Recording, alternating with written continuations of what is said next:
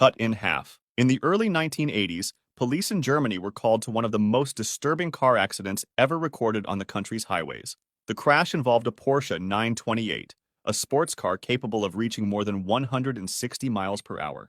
It was a car built for speed, but also one that left little margin for error. On that night, the driver was traveling at extreme speed on the Autobahn.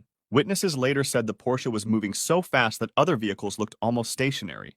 In a split second, control was lost. The car swerved, hit the guardrail, and struck it with such violent force that the vehicle was torn apart. The Porsche's strong frame was built to protect against impacts, but at such high speed, the human body inside stood no chance. The force of the crash literally cut the driver in half. His upper body remained strapped to the driver's seat, while his lower body was thrown several meters away from the wreck. When first responders arrived, they were confronted with a scene so gruesome that many described it as one of the worst they had ever witnessed.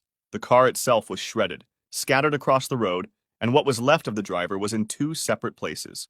The accident quickly became infamous among German police and highway authorities, not only because of its brutality, but also as a stark warning of what happens when human flesh meets physics at extreme speed. The driver had not been burned, nor crushed slowly. His death was instant, but it was also violent in a way that shocked even seasoned investigators.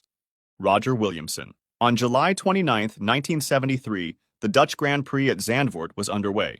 The race drew thousands of fans who watched from the stands and the grass banks that lined the circuit. Among the drivers was Roger Williamson, a 25-year-old from England who had only just started his Formula One career. He was considered a rising talent, young and ambitious, eager to prove himself at the highest level of racing. On the 8th lap of the race, something went wrong. Williamson's car suffered a tire failure at high speed. The car veered off course, hit the barriers, and flipped over. When it came to rest, it was upside down. Almost immediately, fuel leaked out and caught fire. Williamson was alive inside the cockpit. He had not been killed by the impact. Trapped upside down, strapped in, he could not move. The smoke and fire began to surround him. His fellow driver, David Purley, stopped his own car and ran across the track to help.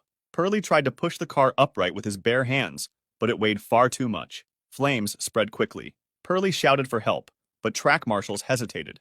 They had no protective clothing, no fireproof gear, and for crucial minutes, they did not come close enough to the burning car. Williamson's screams could be heard from inside. He was still conscious, fighting to escape as the fire grew hotter and thicker smoke poured from the car. The crowd could only watch in silence. Purley tried desperately, grabbing a fire extinguisher and spraying into the flames, but it was nowhere near enough to put out the blaze. With every passing second, Williamson's situation worsened. The heat, the smoke, and the lack of air inside the overturned car made survival impossible. After several minutes, the fire consumed the cockpit. The screams stopped. By the time rescue vehicles finally arrived, Roger Williamson was gone. The entire scene was broadcast live on television. Millions of viewers saw a young man die not instantly, but slowly and painfully, trapped while help stood only meters away. Roger Williamson's death shocked the racing world. It led to major criticism of Formula One's safety standards and the lack of proper response at the circuit.